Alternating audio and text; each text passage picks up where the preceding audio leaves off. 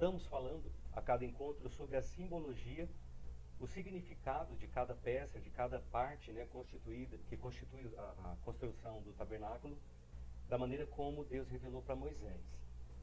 E nós falamos então sobre a questão da disposição do tabernáculo no meio das tribos, o posicionamento dessas tribos, né, à direita, à esquerda, ao fundo e também na frente, né, na direção da entrada do tabernáculo, formando como que uma grande cruz que marchou pelo deserto por cerca de 40 anos. Essa estrutura de tabernáculo, o próprio Deus estava presente ali, mas o povo não tinha acesso a Deus, a não ser por intermédio dos sacerdotes e uma vez por ano pelo ofício de um sumo sacerdote levantado por Deus. Então ali, nessa imagem, né, para a gente pegar o gancho aí do nosso último encontro, falamos sobre a questão da cerca, porque a cerca ela não apenas mantinha o povo do lado de fora, mas ela impossibilitava, pela estatura, né, dos homens da época, como a cerca era mais alta, ela impossibilitava que o povo do lado de fora conseguisse ver o que estava acontecendo lá de dentro. Eles não tinham essa visão. A cerca ela tem toda a simbologia, né, da santidade. Falamos sobre a porta ali de acesso, ou o portão de acesso, com aquelas cortinas coloridas. A simbologia apontando para os 4 evangelhos, apontando para qualidades do Cristo que viria, né? Lembrando que o tabernáculo ele foi constituído cerca de 480 anos antes da vinda de Cristo, mas tudo nele está ligado à pessoa de Jesus Cristo, pela tipologia bíblica, fazendo apontamento para tudo que Jesus passaria nessa terra e também depois que saísse daqui e retornasse aos braços do Pai. Falamos sobre a questão dos evangelhos representados nas cores da entrada e que para nós nos confessarmos, né, como evangélicos, para nós verdadeiramente sermos vistos à luz da palavra de Deus, como evangélicos, como cristãos, nós temos Cristo, né? Mas como evangélicos, irmãos, só para recordar, a entrada, o acesso do conhecimento a Jesus Cristo e a toda a sua obra por nós é através do conhecimento dos evangelhos, dos 4 evangelhos, os testemunhos aí, né, de Mateus, Marcos, Lucas e também de João, que fala de uma maneira muito completa acerca do amor imenso, né, imensurável de Deus por toda a sua criação, por todos os homens, inclusive você e eu aqui nós. Então, para a gente entrar na presença de Deus, vamos imaginar aí, né, a partir do momento da entrada no tabernáculo, para entrar na presença de Deus, primeiro, tem que se limpar, né, de todo o pecado, tem que haver arrependimento, tem que haver pedido de perdão, confissão, tem que haver uma limpeza, para depois pensar em entrar. Por isso, quando nós estudamos acerca da porta, caminho e alvo, né, no início desse módulo, a porta ela retrata exatamente esses 3 passos, que são arrependimento, batismo e o dom de receber o Espírito Santo. E aqui não é diferente, né? Na representação do tabernáculo, a entrada também tem essa simbologia. As pessoas ficavam do lado de fora, transferia, mediante oração, subentendia-se, né, que mediante a oração do sacerdote, todos os pecados eram transferidos da pessoa para o animal a ser sacrificado, e essa pessoa agora era considerada limpa. E quem morria no seu lugar era o animal que ela levou como oferta. Então, para entrar, para o acesso, né, para que a causa dessa pessoa, porque ela mesma não entrava, pudesse acessar essa estrutura do tabernáculo através do portão ali, dessa porta de acesso, a gente tem que lembrar alguns pontos aqui que são chave. Primeiro, porque Jesus Cristo é a porta. Segundo, que é mediante arrependimento e limpeza, né, dos pecados cometidos. E terceiro, que é mediante o conhecimento do Evangelho, dos testemunhos acerca da obra salvadora de Jesus Cristo por todos nós. Então, mediante isso, o povo tinha acesso ao sacerdote, que era um intermediador entre o povo e Deus. Ou seja, o povo, nesse tempo, não tinha acesso direto, né, a Deus, não tinha acesso direto a Deus, nem como Deus e nem como Pai, como nós temos hoje. E a gente vai entender isso. E aí, avançando, nós falamos, né, uma vez que as pessoas, se você imaginasse a trajetória dos sacerdotes que adentravam aquele lugar, eles próprios precisavam se limpar, eles próprios precisavam fazer expiação pelos seus pecados, para poder adentrar a estrutura do tabernáculo mesmo no quintal ali, né, chamado átrio. E uma vez que eles se preparavam, fazia toda uma preparação, Deus então ele estabelece, né, como está escrito aqui em cima, que o povo não deveria comparecer perante Deus, perante Ele, de mãos vazias. Então todos se apresentavam diante do Senhor, entregando, trazendo a sua oferta, trazendo um animal a ser sacrificado.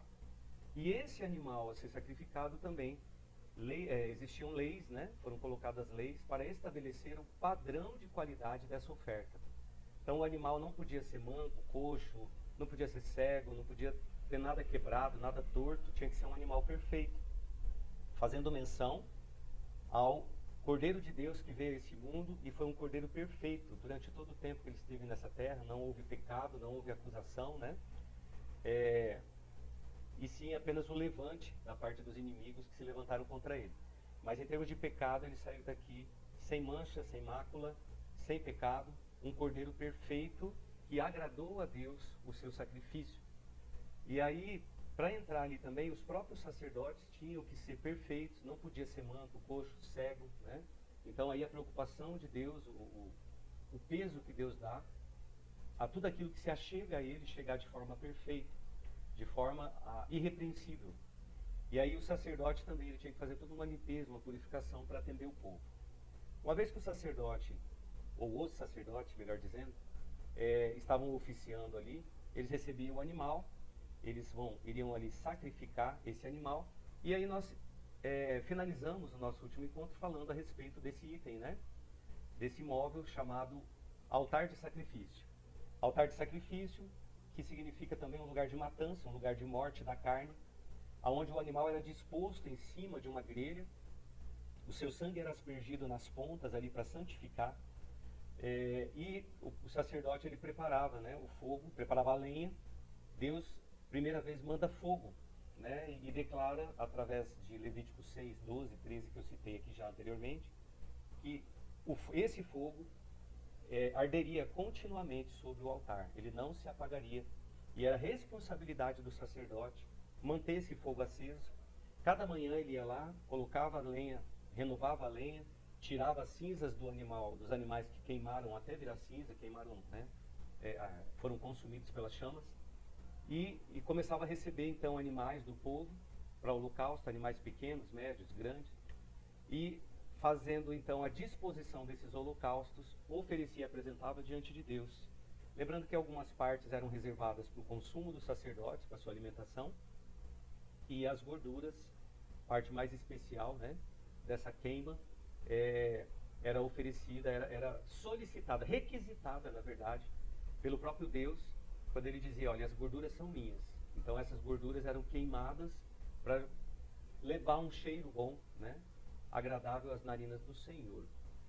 E aqui, quando nós falamos de altar, então o altar ele retrata essa característica de um lugar de morte, de um lugar de matança, de um lugar de consumir a carne.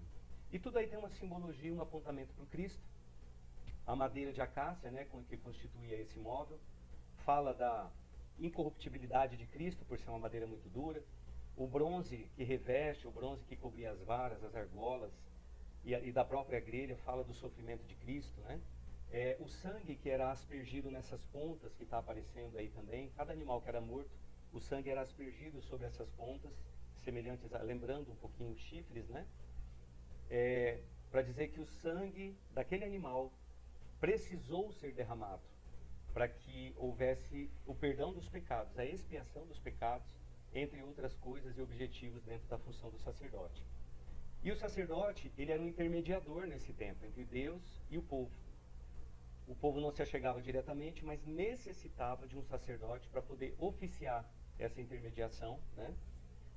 E lembrando também aqui, um outro ponto importante antes de avançar, que tudo que era oferecido sobre esse altar, né? Ali o fogo queimava, consumia até não sobrar mais nada, e tudo que era consumido, a gente precisa ter essa visão clara de que era usado lenha, né? Lenha era usada ali diariamente, várias vezes ao dia ela era renovada, para manter a chama acesa. Lenha fala daquilo que é morto, lenha fala daquilo que um dia teve vida e já não tem mais, fala de madeira seca, né? Que perdeu já toda a sua vitalidade. E aquilo que perdeu a vitalidade, aquilo que já não tinha mais vigor, era usado como combustível para manter o fogo aceso, para queimar, e era consumido pelo fogo. A carne dos animais que era depositada sobre a grelha, sobre o altar de sacrifício, ela também era queimada, consumida pelo fogo. E aí também tem uma simbologia, um apontamento, né, para tudo aquilo que Cristo faria por nós, e que até hoje nós ainda temos a responsabilidade, enquanto sacerdotes e reis, né, como a palavra se refere a nós hoje como reis e sacerdotes do Senhor. E ali a gente tem que ter essa imagem, guardar essa imagem de tudo aquilo que não agrada a Deus, tudo aquilo que não serve para o ofício diante de Deus, tudo aquilo que não está de acordo com a palavra, com o reino, com o modelo que Cristo trouxe a essa terra, só serve para combustível, para ser queimado, oferecido, né, como combustível, como madeira seca, para manter o fogo, a chama acesa. Então você entrega para Deus aquilo que já não serve mais, que não serve, né, na verdade, para Ele, não serve mais para a sua nova vida em Jesus, para ser usado como combustível. E a nossa carne, quando Jesus falou aos discípulos, né, ele disse assim, ó, se alguém quiser vir após mim, negue-se a si mesmo. Esse negue-se a si mesmo, tome a sua cruz e siga-me. Esse negue-se, esse sentido de renúncia, está ligado a renunciar à própria carne, aos desejos, prazeres da carne, né? E todo tipo de corrupção ligado à carne. Então o altar de sacrifício, ele está exatamente depois da porta de acesso, quando o sacerdote entrava, né, nos átrios e usava de todos esses utensílios aí para poder degolar o animal, derramar do seu sangue, recolher esse sangue em baldes, em utensílios para poder dispensar depois. Um pouco desse sangue era aspergido no altar, mas claro que sobrava, né? E aí vem na sequência uma outra situação. Imagina só a cena, né? O sacerdote com aquela roupa branca ali, de linho finíssimo, linho puro, representando a santidade da sua vida de dedicação a Deus. Agora você imagina o sacerdote o dia inteiro recebendo animais, degolando, cortando em pedaços, um serviço aí muito parecido com o serviço de um açougueiro, vamos dizer assim, né? Fazendo uma rápida comparação. Mas ele tinha que matar o animal, ele tinha que limpar esse animal, separar em partes, dispor sobre o altar de sacrifício, para que ele pudesse ser oferecido em holocausto a Deus, queimado, oferta queimada. E durante esse ofício, ele se sujava de sangue, né? Ele ia se sujando de sangue, e aí o que acontece? Ele precisava se limpar, né? Em alguns momentos ali, lavar as mãos, lavar os pés. Imagina quanto sangue não ficava misturado à terra, né? Inclusive os pés, de ficar pisando em cima ali, acabava por sujar os pés. Então essa imagem que a gente tem aqui a respeito do altar de bronze ou altar de sacrifício, ela está descrita, e eu quero começar aqui a usar a Bíblia, você que está com a sua Bíblia aí, ou que estiver anotando, alguns textos que nós vamos compartilhar nessa noite. Então, Êxodo 38, de 1 a 7. Êxodo 38, de 1 a 7, vai falar um pouco sobre as características desse altar, né? E diz assim: fez também o altar do holocausto de madeira de acácia. De 5 côvados era o seu comprimento, e de 5 côvados a sua largura. Era quadrado, e de 3 côvados a sua altura. E fez-lhe as suas pontas dos seus 4 cantos. Da mesma peça eram as suas pontas e cobertas de cobre. Cobre ou bronze, dependendo da tradução, tá?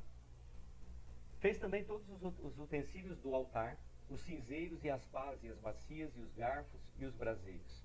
Todos esses pertences fez de bronze. Aí está falando daquilo que Deus ordenou, revelou a Moisés como deveria ser feito, e tudo foi feito da maneira como Deus o revelou.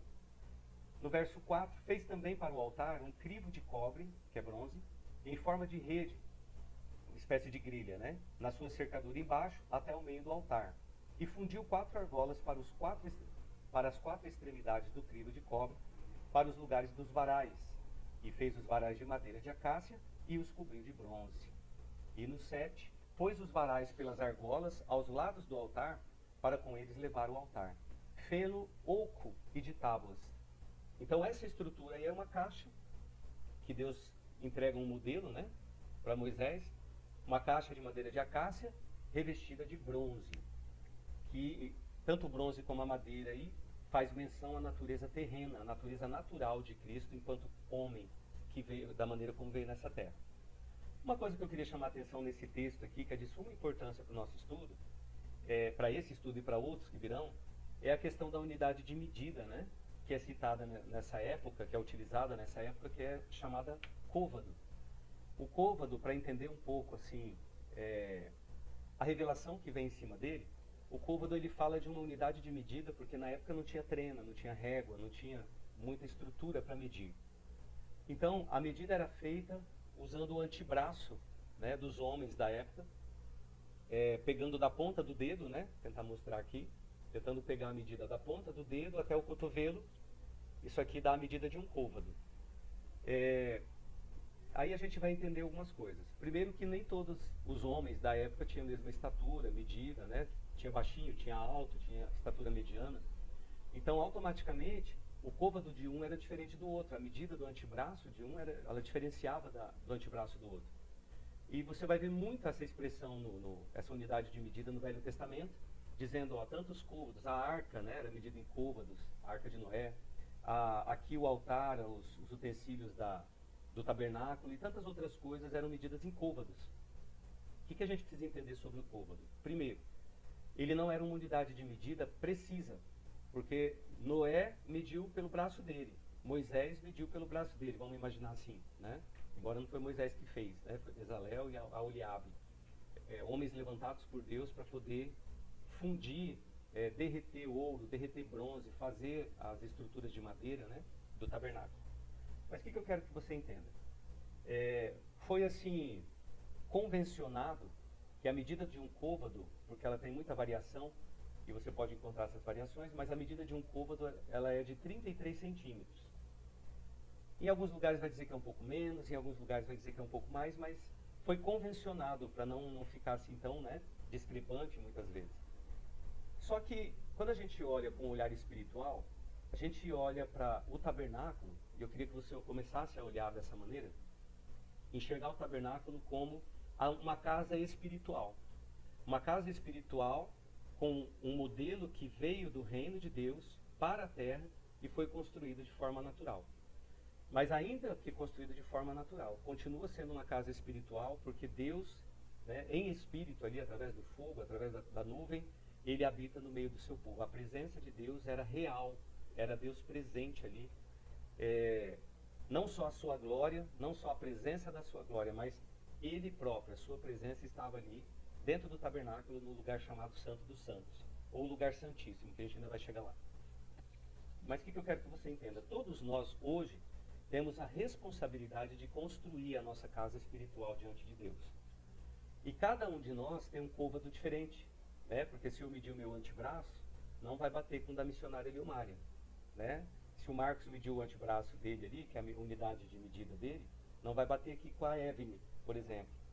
Então, cada um tem uma medida para construir a sua própria vida espiritual ou a sua casa espiritual em Deus. Isso fala de uma particularidade que Deus entregou a cada um. Porque a vida que eu tenho e que eu vou construir em espírito durante toda a vida nessa terra aqui, né? A casa espiritual, essa estrutura espiritualmente falando, ela, para mim, é uma medida. Para o Marcos é outra medida. Para o Caio é outra medida. Por quê? Porque cada um não é igual para todo mundo. Por isso que às vezes você vê uma pessoa que ela avança mais espiritualmente, outra avança menos espiritualmente. Não é que ela avançou mais ou menos. Na verdade é que Deus concedeu a cada um de maneira diferenciada, segundo aquilo que ele tem com cada um. Então o meu côvado, ele é diferente do seu côvado. Porque a medida da vida espiritual que eu vou construir é diferente da vida espiritual que você vai construir. Não estou dizendo que a minha vai ser maior. Talvez a sua seja maior que a minha. Assim como a unidade de medida que eu representei aqui. Então, essa unidade de medida aí, guarda isso. Um côvado é a medida de um antebraço, pegando da ponta do dedo até o cotovelo. Isso é importante lembrar, que a gente vai usar muito isso aí. O que acontece? Pastor, Pode falar, Marcos. é curiosidade só, eu acabei de medir. Baixinho. É que curiosidade minha, eu fui medir aqui, o meu tem 51, Aham. o da Léo tem 43, só pra gente ter uma noção de medida Faz a mesmo. média aí. A diferença, Faz a média. exatamente essa diferença que você falou. Faz a média aí, quanto vai dar? É 43 o da Lil, né? E o E o meu? meu são 51. Aham. Dá uma diferença aqui de 8 centímetros de um para outro, né? É. Então, aí que tá. Pegaram mais ou menos uma unidade de medida, uma média, né? A média seria assim, você vai somar vários valores e dividir pela quantidade de valores que você somou, né? No caso de vocês dois aí, se você somar o seu com o dela, Seria 48, né? aí você divide por dois, vai dar a média. A média do homem judeu, vamos dizer assim, do israelita, que foi convencionado, ela deu 33, né? Então, provavelmente aí sempre tem um mais baixinho, um mais alto, né? Sempre tem aí um Davizinho, um Golias. E aí foi feita essa média para convencionar e não dar muita confusão. Mas a gente precisa entender esse lado espiritual que eu citei aqui, porque da mesma forma que o seu antebraço é diferente da Lil, no natural, né? No corpo humano, na vida espiritual também é diferente, né? Por isso que uns vão avançar mais, outros vão avançar menos. Não é porque não se dedicou, não buscou. É porque Deus ele já preparou uma unidade aí de crescimento, né, de medida para a vida de cada um. A questão é que nós somos responsáveis por usar aquilo que Ele nos deu como unidade de medida e construirmos a nossa vida nele e batalharmos para ela ser crescente, né, até o fim. Essa imagem aqui, mas valeu, Marcos, é isso mesmo. Ela vai dar diferença aí, e aí a média convencionada fica no 33 centímetros. Então, olha só, analisando ainda essa imagem aqui, para a gente finalizar o assunto do altar, né? A gente vai ver então ali o sacerdote, ele degolando o animal, onde faz parte ele em pedaços, depois ele vai depositar isso sobre o altar de sacrifício. O sangue que era derramado e a carne, o sangue era derramado e a carne era morta. Levítico 17:11, né? Reconhecendo o que o sangue fez por nós e que a carne tem que morrer. Então aqui tem uma simbologia a respeito do sacrifício do Cordeiro de Deus, do Cordeiro que é Jesus, aonde ele vai estar derramando cada animal que é oferecido, que é trazido, né, ao sacerdote, ao tabernáculo, pelo povo. Então o sangue é derramado, né, reconhecendo, para que haja um reconhecimento que o sangue, nós fomos comprados, né, por bom preço, preço de sangue, e não qualquer sangue, mas o sangue de Cristo. E a carne, no caso ali, ela é partida e a carne precisa morrer. Então a gente precisa ter essa ligação, que o sangue foi derramado por nós e agora em troca, né, a nossa carne tem que morrer. Levítico 17:11, deixa eu pegar aqui, para ficar também no nosso registro, né? Levítico 17:11 diz assim, lá na lei, nas leis, né, dos sacerdotes. Porque a vida da carne está no sangue, pelo que vou-lo tenho dado sobre o altar, para fazer expiação pelas vossas almas, porquanto é o sangue que fará expiação pela alma. Então olha isso, 480 anos antes da vinda de Jesus, para ser oferecido, né, em sacrifício pela humanidade, Deus já tinha colocado na terra, através do tabernáculo, o modelo de sacrifício que ele usaria para a libertação e fim, né, de todo o cativeiro, de toda a obra de pecado, restaurando a queda do homem, do primeiro Adão, através da vinda do segundo Adão, que é o Cordeiro perfeito aí. Lá em João, lá em João 1:29, também vai falar exatamente sobre essa questão do Cristo como Cordeiro, né? Jesus Cristo, o Cordeiro de Deus. No dia seguinte, lá em João 1:29 diz assim, no dia seguinte João viu a Jesus que vinha para ele e disse, eis o Cordeiro de Deus, que tira o pecado do mundo.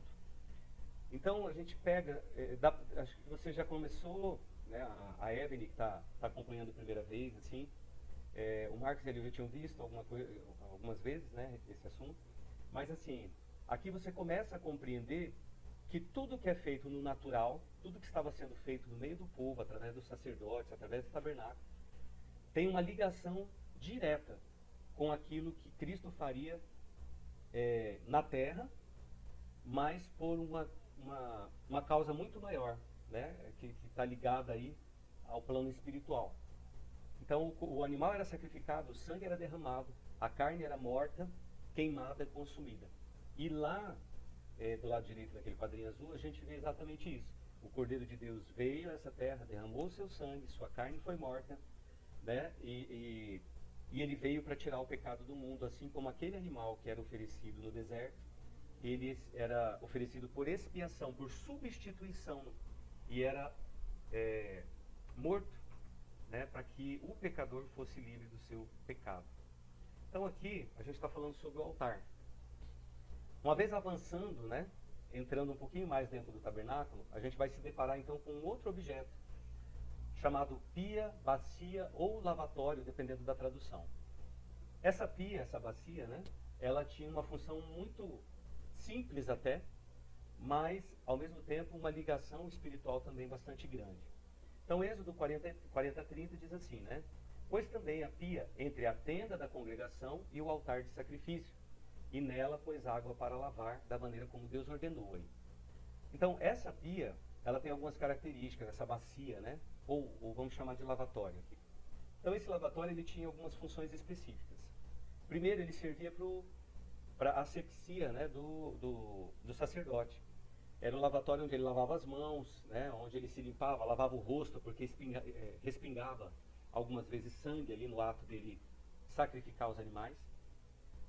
Então era um lugar de purificação, era um lugar de limpeza, de se lavar, né? E aí tem uma característica interessante na constituição desse lavatório, porque o lavatório, a palavra vai dizer, né, lá em Êxodo na sua composição, que o lavatório ele foi feito da bacia, o lavatório foi feito dos espelhos das mulheres, espelhos de bronze que as mulheres trouxeram do Egito. Naquela época não tinha espelho de vidro como hoje, então era bronze polido e elas conseguiam se ver não com tanta nitidez como acontece hoje no espelho, né? Mas foi ajuntado espelhos das mulheres para poder produzir esse artefato. E aí isso fala de purificação através da água, de limpeza através da água, de ser lavado, né, através da água, mas também fala sobre o reflexo, de ver a sua imagem refletida, né, no bronze, com uma certa deformidade até, né? Paulo ele fala assim que o homem natural ele olha a sua imagem no espelho, e era esse tipo de espelho que ele se referia, ou na água, ele vê o seu reflexo e ele vai embora e daqui a pouco ele já não se lembra mais da sua fisionomia.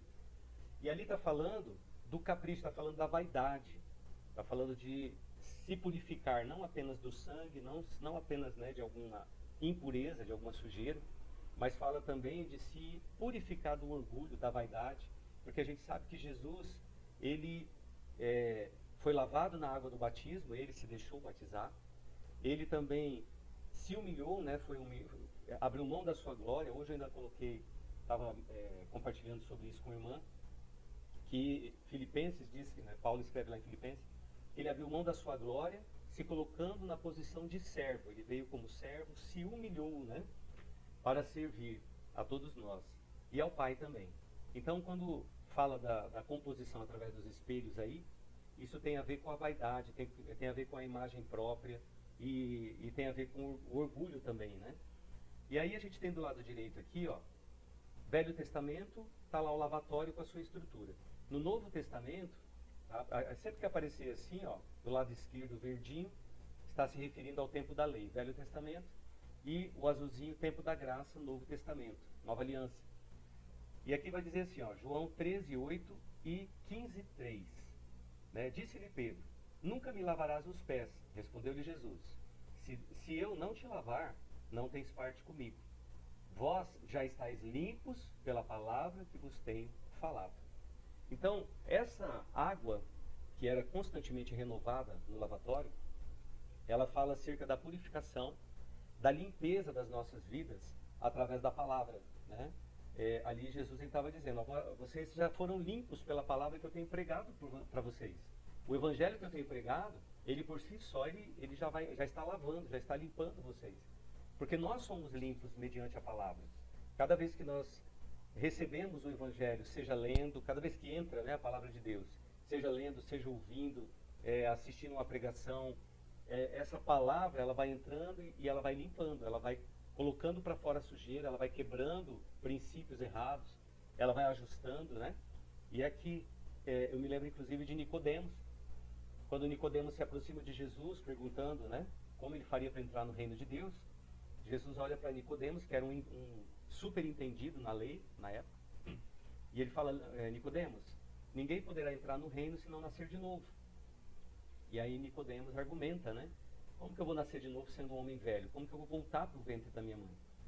E aí Jesus dá uma explicação para ele, não completamente assim, né, esclarecedora, mas Jesus então responde para ele, ó, ninguém vai nascer de novo se não for limpo, lavado na água e no Espírito. E esse texto, quando Jesus está falando, tem esse diálogo com Nicodemos, que está lá em João também, ele, se você for no original, quando fala lavado na água e no Espírito, o Espírito fala do Espírito Santo, porque o Espírito Santo, ele limpa a casa, ele tem também essa função de limpar a casa, uma vez que ele habita em nós, né? Ele vem transformando de dentro para fora, ele vai fazer essa limpeza, essa purificação.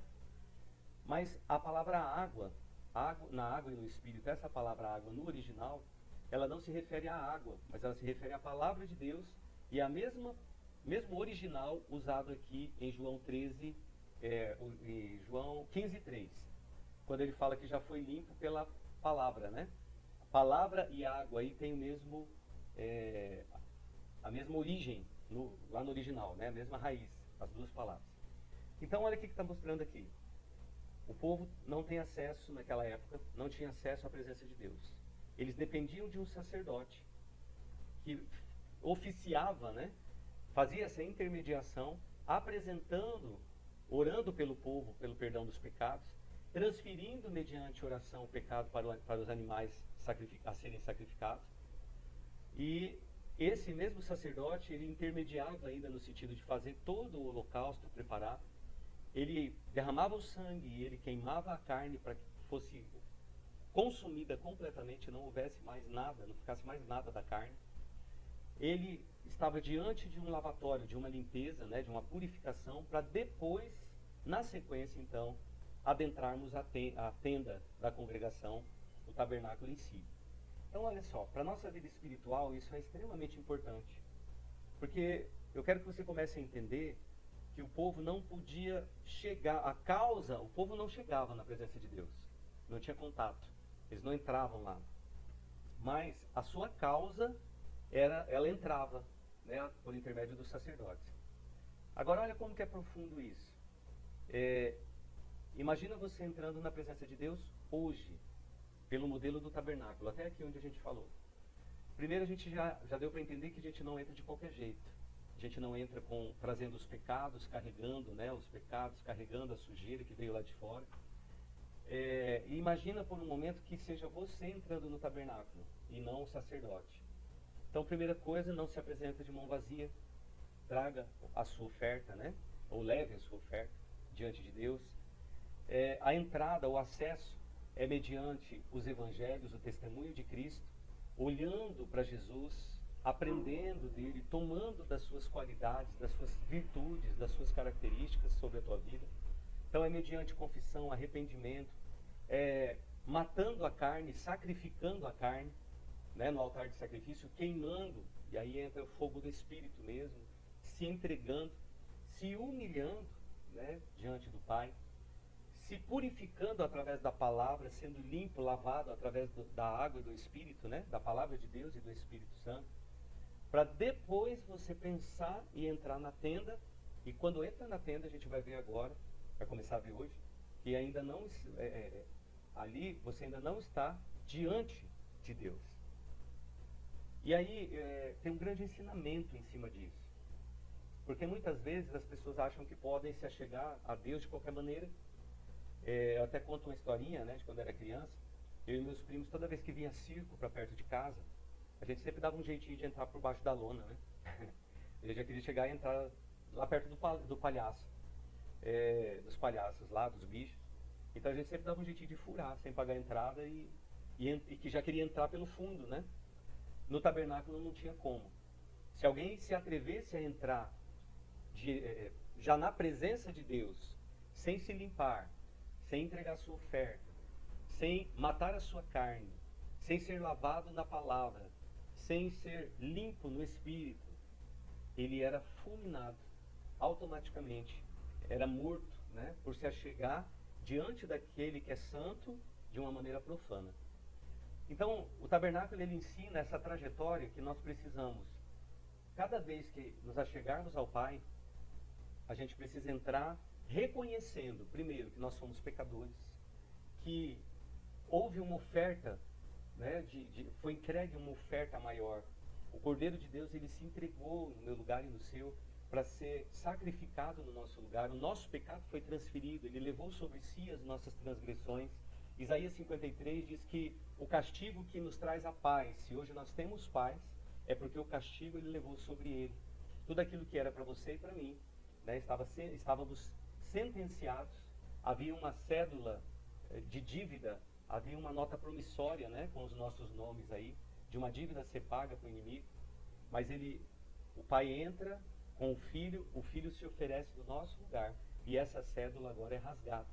Paulo escreve, né, a respeito dessa cédula de dívida que foi rasgada, cancelada, por conta do sacrifício que Jesus fez por nós. Então, quando nós nos achegamos a Deus, o tabernáculo nos ensina esse início. A gente entra, né, não sei como você costuma entrar, mas a gente deve entrar aí, mediante humilhação, arrependimento, confessando os pecados diante do Pai, matando a carne, se esvaziando de si mesmo, de todo o orgulho, de toda a vaidade, né, de toda a soberba, altivez de espírito e coisas que desagradam a Deus, e se humilhando, sendo limpo, né, por intermédio do Espírito Santo e da Palavra de Deus, que é onde, nas Escrituras, onde estão as verdades bíblicas a nosso respeito. E nós precisamos entrar declarando essas verdades bíblicas diante de Deus. Aprender que essas verdades bíblicas são chave para nós verdadeiramente entrarmos na presença de Deus. Então, até aqui, irmãos, falamos sobre a estrutura exterior do tabernáculo. E nós vamos começar a falar a respeito também da estrutura da tenda, internamente. Vou começar a falar algumas coisas aqui, algumas partes, mas com certeza não vai terminar hoje ainda. E a gente vai até onde der o horário. No próximo encontro a gente continua. Então, a parte interna, né, da tenda, que também vai nos ensinar muito. Então, veja isso. Ainda que você entre em humilhação, apresentando a sua oferta, renunciando à sua carne, matando a sua carne, se purificando, fazendo toda essa trajetória por intermédio, né, dos evangelhos, liberando as palavras a teu respeito. Senhor, a tua palavra diz a meu respeito isso, e você começa a declarar, fazer declaração dessas palavras, né, e você começa a reconhecer diante dele: Senhor, eu reconheço que eu sou pecador, que eu sou falho, eu não tenho nada na verdade para te oferecer. Então a gente não entra com o nariz empinado. Na verdade, a gente entra na presença dele, e para chegar verdadeiramente na presença dele, existe um processo de oração, né? E aí, no final do estudo aqui, a gente vai falar um pouquinho sobre a oração do tabernáculo, no modelo do tabernáculo, para nos achegarmos. E o tabernáculo, esse modelo do tabernáculo, ele me ensinou a ver o mundo espiritual plano, né, espiritualmente, de uma forma mais profunda. E eu quero que você entenda dessa forma também, porque dá um crescimento muito grande, um avanço na vida espiritual e no contato com Deus. E a gente começa a entender que, às vezes, no dia a dia, 5, 10 minutos de oração, às vezes geralmente não vai ser o suficiente para você fazer todo esse processo, né, de entrar pela porta, passar pelo altar de sacrifício, passar pela bacia lá, o lavatório, para se purificar, para depois, então, entrar pela porta de acesso da tenda. Tudo que está do lado de fora do tabernáculo, dando seguimento aqui, né, então aqui a gente tem a tenda. Vamos começar a falar sobre ela. Mas o que eu quero que você se grave? Tudo que está fora da tenda, dentro da cerca ali, aquele espaço, né, chamado átrio, é como se fosse o quintal do tabernáculo. Então, o átrio, tudo que está no átrio, o altar de sacrifício, o lavatório, os animais, os utensílios, tudo que era utilizado ali, está ligado à natureza terrena de Jesus quando ele veio à Terra. E ali estava apontando porque ele ainda não tinha vindo. Então já estava falando daquilo que ele faria, né? O seu sofrimento, o seu sacrifício, o holocausto dele diante do Pai. A palavra de Deus diz que agradou ao Pai moê-lo como oferta, porque todos nós fomos salvos por conta disso, e a presença de Deus foi reconectada, religada através desse sacrifício, mediante a oferta maior, que foi a oferta do sangue de Jesus. Então vamos lá. Até aqui tudo bem? Alguém tem alguma dúvida? Está dando para acompanhar? Amém. Amém. A Evelyn está acompanhando, Evelyn? Para a Evelyn é no Amém. Amém. Qualquer dúvida pode falar aí, tá? Amém. Amém. Glória a Deus. Ui. Liga o microfone aí. Vamos lá, vamos em frente. Então, olha só, vamos falar um pouquinho da tenda. Vou começar a falar, mas não vai dar tempo de falar tudo. Tem muita coisa ainda aí para a gente ligar. Quando a gente fala da tenda, ela é essa estrutura aí, essa imagem ela demonstra bastante, né? Muito bem assim como ela é composta, sua composição. E a gente vai ver alguns textos bíblicos também falando a respeito dessa composição. Então, o tabernáculo, a tenda propriamente, ela era formada de cortinas, cada cortina com uma simbologia também, um significado, dentro da tipologia do apontamento bíblico, né, para o Cristo. Vai falar sobre as características de Jesus aí também, em cada uma dessas cortinas. E vamos dar início, então. Como tudo no reino de Deus, quanto mais profundamente nós buscamos as coisas de Deus, mais beleza e esplendor nós encontramos. E essa revelação, ela está implícita na confecção, na produção, na arquitetura, na maneira como a tenda foi construída. Quanto mais você se aprofunda, né, no conhecimento, quanto mais você busca conhecer a Deus, mediante oração, mediante adoração, por intermédio das Escrituras e do Espírito Santo que nos revela e nos ensina, né?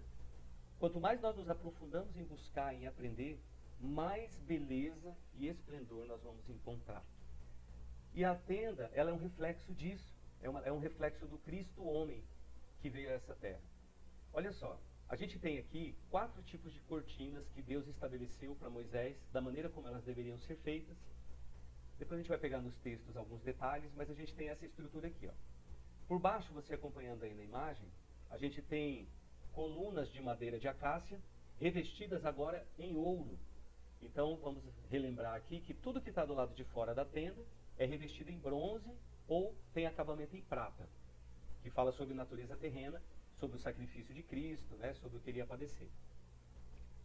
Dentro da tenda, tudo é revestido em ouro. E esse ouro, ele faz um apontamento não mais para a natureza terrena do Cristo, mas sim para a sua natureza divina, né? Porque o ouro, ele aponta para a realeza, ele aponta para algo que é duradouro, que tem um valor maior do que qualquer outro metal. E o ouro, ele tem essa simbologia, ele remete à glória, remete, né, a gente lembrando aí de Apocalipse, né? Quando fala da Nova Jerusalém, as ruas são de ouro, a praça, né, de ouro, tem cristal, tem outras coisas, mas você vê muitas coisas em ouro. E aí, dentro da tenda, tudo que a gente vai encontrar é feito ou revestido de ouro, como a gente vai ver. E aí, sobre essas colunas, né, lembrando que aí são 2 peças, são 2 cômodos dentro dessa tenda. A gente tem o primeiro espaço, né, com uma divisão de uma cortina, de um véu, e depois o segundo espaço, como se fossem 2 peças, né? E a gente vai adentrar também para conhecer um pouco mais. Mas olhando de fora para dentro, nessa estrutura aí exterior, começando aqui, ó, pela mais simples, que é essa marrom, couro de texugo, né? Deus manda fazer a cortina que ia ficar na parte mais externa de couro de texugo, porque o couro de texugo é um bichinho, né? Não é comum no Brasil. Depois você pesquisa na internet para ver a imagem dele. É um bichinho até engraçadinho, mas extremamente feroz. É um bichinho pequeno que enfrenta o urso, enfrenta animais muito maiores e põe os bichos grandes para correr, né? E uma das características da pele do texugo é que ela é impermeável, né? Então, se sereno à noite, qualquer coisa molhada, úmida, não penetra, né? É impermeável. Só que ao mesmo tempo, a pele do texugo, ela não tem atrativo nenhum. Ela é uma pele sem graça, cor de nada, vamos dizer assim, né? Uma cor meio escura, meio amarronzada. Mas não tem um atrativo, não é uma coisa que você olha e fala, nossa, que bonito, que colorido, que vivo, né? Não tem isso. Abaixo dessa cortina, dessa pele, lembrando aí que Essa cortina, ela era feita de uma forma inteiriça, né? Para que ela fosse como que sem rupturas, um tecido único, transformado num tecido único. Logo abaixo vem couro de carneiro. Então, o couro de carneiro, o carneiro ou o cordeiro, ele tem a simbologia bíblica de substituição. Tanto é que o Cordeiro de Deus nos substituiu, né? Ao invés de Deus matar todos nós, Deus matou o Cordeiro no nosso lugar, por um princípio de substituição. Ele nos substituiu.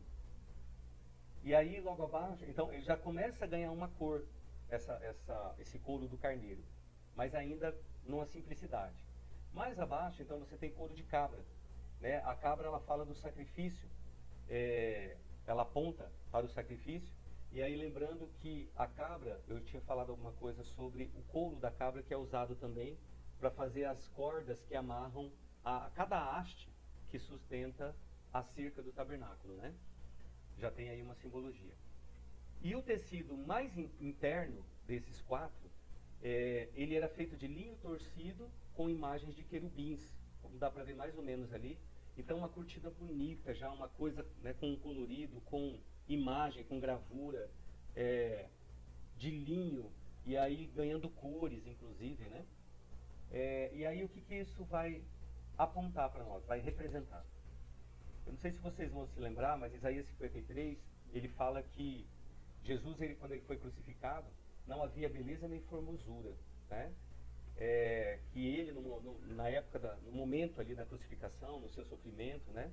Quando ele estava vivendo a sua paixão ali por nós, e ali Isaías escreve que ele era um homem naquele momento da crucificação, ele era um homem como aquele homem de dores, né? Um homem daqueles que as pessoas desviam o rosto, não acham nada de interessante. Ele não tinha nada de interessante naquele momento, já tinha apanhado, já tinha sido surrado, sua barba arrancada, ele estava, né, já ali penalizado.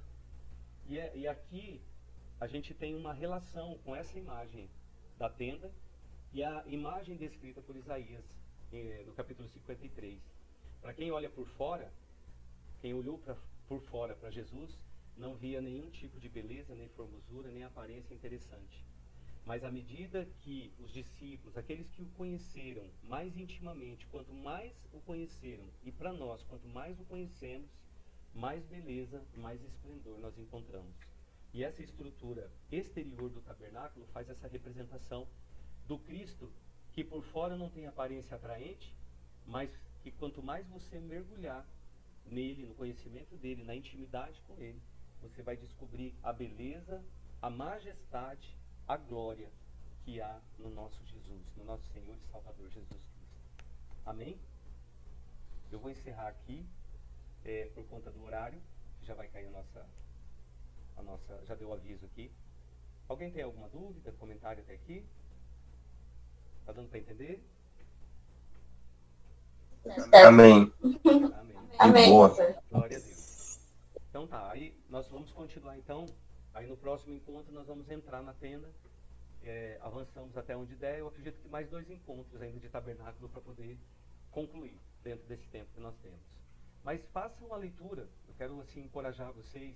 Quem já leu, lê de novo. Quem não leu, faz a leitura, né? Êxodo, capítulo 25 ao capítulo 40, capítulo inteiro. Êxodo do 25 ao 40 vai dar toda a característica desse tempo onde Deus estabelece esse padrão de construção, que é o tabernáculo, revela a Moisés, levanta e capacita homens habilidosos, né, para tratar e lidar com madeira, com fundição de metais e fazer toda essa estrutura, a construção de toda essa estrutura, trabalhando com tintas, trabalhando com tecidos, e lembrando que todo esse material veio das mãos do povo. Tudo aquilo que serviu para a edificação desse lugar de habitação, vamos chamar aí da igreja mais primitiva que houve na terra, veio das mãos do povo, baseado nos despojos que eles trouxeram, né, quando saíram do Egito, tomando lá, recebendo dos seus senhores, das suas senhoras, né, objetos de ouro, de bronze, de prata e tudo mais. Amém? Que Deus abençoe. Faça a leitura se você puder, Êxodo 25 ao 40, e na próxima quarta-feira a gente retoma esse assunto entrando então dentro da tenda até chegarmos na presença dele. Daqui 10 minutinhos estou de volta no módulo.